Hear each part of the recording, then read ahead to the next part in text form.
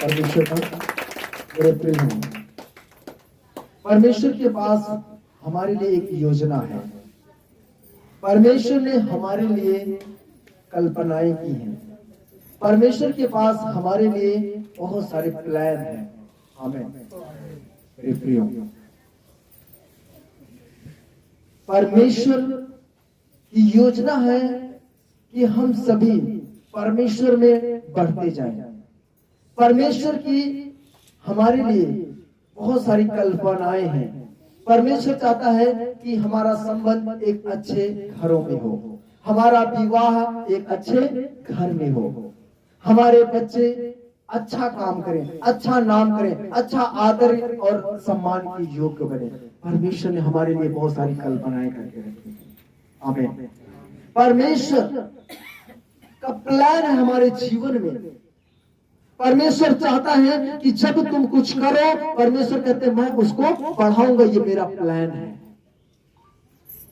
परमेश्वर कहता है अगर तू दुखी है, बीमार है, परेशान है, परमेश्वर कहता मेरा प्लान है कि मैं तुझे आनंदित करूंगा, मैं तुझे खुश रखूंगा, तेरे जीवन को मैं बदल कर रख दूंगा। परमेश्वर का हमारे लिए क्या है? प्लान है। परमेश्वर की हमारे लिए योजना है। हालेलुया। और कितने लोग चाहते हैं कि परमेश्वर का प्लान हमारे जीवन में कामयाब हो? कितने लोग चाहते हैं कि परमेश्वर की कल्पनाएं हमारे जीवन में पूरी हो, परमेश्वर की योजना हमारे जीवन में पूरा हो? कितने लोग चाहते हैं? परमेश्वर का जो कल्पनाएं है हमारे जीवन में, वो हमारे जीवन में बदलाव लाना चाहता है, हमारे जीवन को वो बदलना चाहता है, हमारे भविष्य को वो बदलना चाहता है, हमारे फ्यूचर को, हमारे लाइफ को वो बदलना चाहता है। हालेलुया। परमेश्वर की योजना है हमारे लिए। वो चाहता है कि हम रोने वाले ना बने, हम पीटने वाले ना बने। वो चाहता है कि हमेशा हम आनंदित रहें, क्योंकि परमेश्वर हमें रोता हुआ देखना नहीं चाहता है, गिड़गिड़ाता हुआ परमेश्वर हमको नहीं देखना चाहता है। वो परमेश्वर हमको हंसता हुआ और मुस्कुराता हुआ देखना चाहता है। हालेलुया। परमेश्वर हमको घटता हुआ नहीं, तो परमेश्वर हमको बढ़ता हुआ देखना चाहता है। हालेलुया। मेरे प्रिय, परमेश्वर का प्लान हमारे लिए कि हम एक दूसरे से नफरत ना रखें, एक दूसरे से ईर्ष्या ना रखें, एक दूसरे से क्रोध ना रखें, एक दूसरे से जलन ना रखें। परमेश्वर चाहता है एक दूसरे से हम प्रेम रखें। हालेलुया। क्योंकि प्रेम, परमेश्वर कहता है, अनेक पापों को ढांप देता है। प्रेम अनेक गुनाह को ढांप देता है। प्रेम अनेक गलतियों को ढांप देता है। हालेलुया। और परमेश्वर कहता है कि यदि तुम प्रेम रखते हो तो इसी से जानो कि तुम मुझसे प्रेम करते हो। हालेलुया। प्रभु यीशु मसीह के नाम में कि परमेश्वर के पास हमारे लिए क्या है? प्लान है। परमेश्वर चाहता है कि आप सच्चाई से परमेश्वर से रिश्ता बनाएं। परमेश्वर चाहते हैं कि आप सचमुच आप परमेश्वर के लिए काम करें। हालेलुया। परमेश्वर के पीछे आप चलें सच्चाई के साथ। परमेश्वर के पीछे सच्चाई से चलने का आप काम है और सच्चाई में बढ़ाना परमेश्वर का काम है। हालेलुया। प्रभु यीशु मसीह के नाम में कि झूठ पल भर का होगा, कुछ समय के लिए होगा, लेकिन जो सच्चाई होगी वो हमेशा के लिए बनी रहेगी। हालेलुया। प्रभु यीशु मसीह के नाम में कि परमेश्वर ने आपके लिए प्लान बनाया है। वो चाहता है कि जो आपके अंदर नफरत है उसको आप निकालें, जो आपके अंदर बैर है, क्रोध है, परमेश्वर चाहता है उसको निकालें और अपने अंदर प्रेम लेके आए। हालेलुया। आपके अंदर लिए परमेश्वर के पास क्या है? प्लान है। हालेलुया। प्रभु यीशु मसीह के नाम में कि क्योंकि लिखा है, परमेश्वर कहता है फिलिप्पियों 2:2 हम पढ़ेंगे। पौलुस क्या कहते हैं इस विषय में? परमेश्वर इस वचन के द्वारा हमसे बात कर रहे हैं और अपनी बात को आप तक पहुंचाना चाहते हैं, अपनी बात परमेश्वर रखना चाहते हैं और चाहते हैं कि परमेश्वर की बात को आप सुने। परमेश्वर चाहते हैं कि परमेश्वर की बात को आप माने। हालेलुया। लिखा है, तो मेरा यह आनंद पूरा करो कि एक मन रहो और एक ही प्रेम, एक ही चित्त और एक ही मानसा रखो। हालेलुया। सबसे पहली आज्ञा परमेश्वर ने क्या कहा? प्रेम रखो। परमेश्वर ने कहा क्या करो? प्रेम रखो। हालेलुया। परमेश्वर ने कहा कि मेरा आनंद पूरा करो। परमेश्वर कहते हैं मेरा आनंद तभी पूरा होगा जब तुम आपस में प्रेम रखोगे। मेरा आनंद तभी पूरा होगा जब तुम आपस में मेल मिलाव रखोगे। अगर आपको एक दूसरे से नफरत है, एक दूसरे से घृणा है, तो आप कभी भी परमेश्वर का आनंद पूरा नहीं कर सकते हैं। अगर एक दूसरे की आप नहीं सुनते हैं तो कभी भी आप परमेश्वर के आनंद को पूरा नहीं कर सकते हैं। इसलिए परमेश्वर ने कहा तुम आपस में एक दूसरे से प्रेम रखो ताकि मेरा जो आनंद है वो पूरा हो जाए।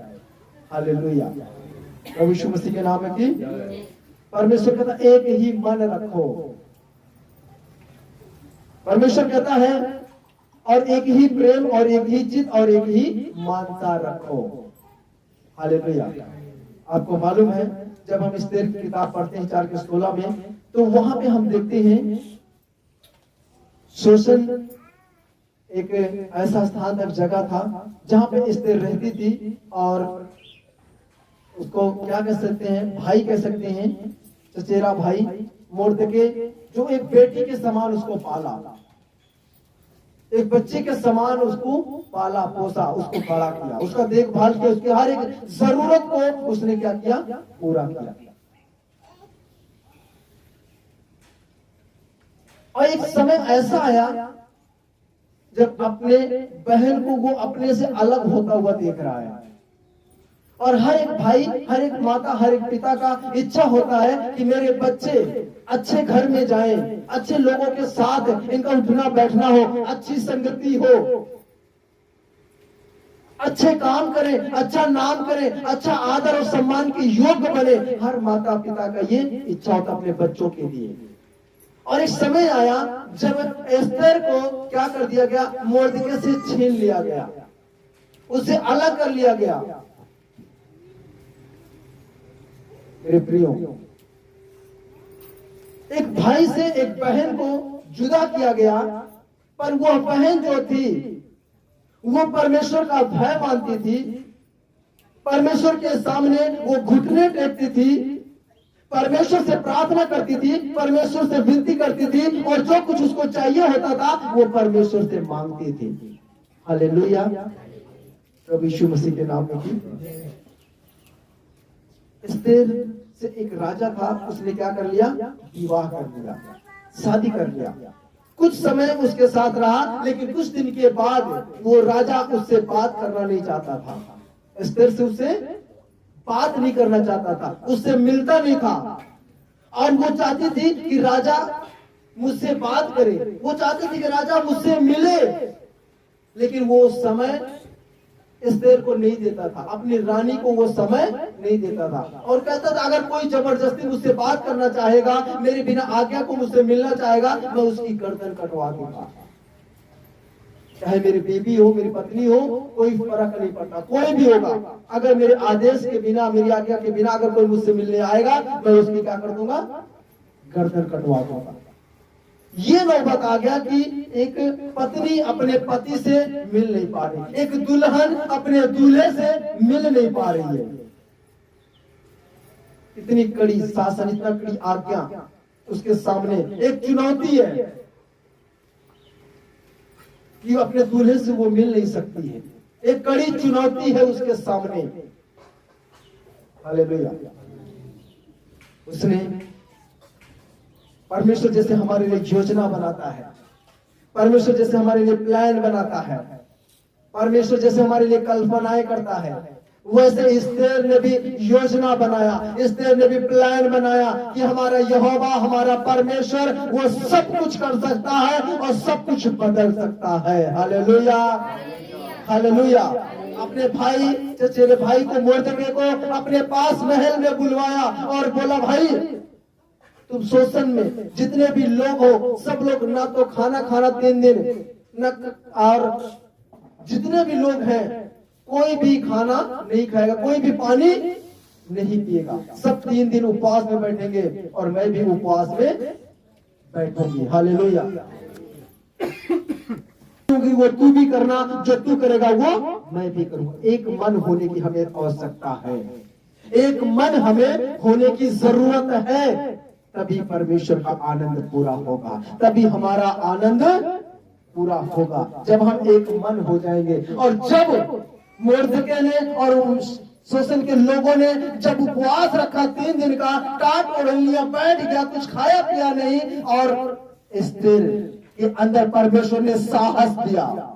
जिस दूल्हे से मिलने के लिए वो डर रही थी, घबरा रही थी, उसके अंदर परमेश्वर ने इतना सामर्थ दिया, इतना सामर्थ दिया, इतना साहस दिया कि वो उठी तीसरे दिन, और जहां पे राजा बैठा था लोगों के बीच में, वो दूल्हा जो गर्दन काटने के लिए तैयार था लोगों के बीच में बैठा था, एस्तेर वहां पे सर उठा के अपने दूल्हे से मिलने के लिए गई। हालेलुया।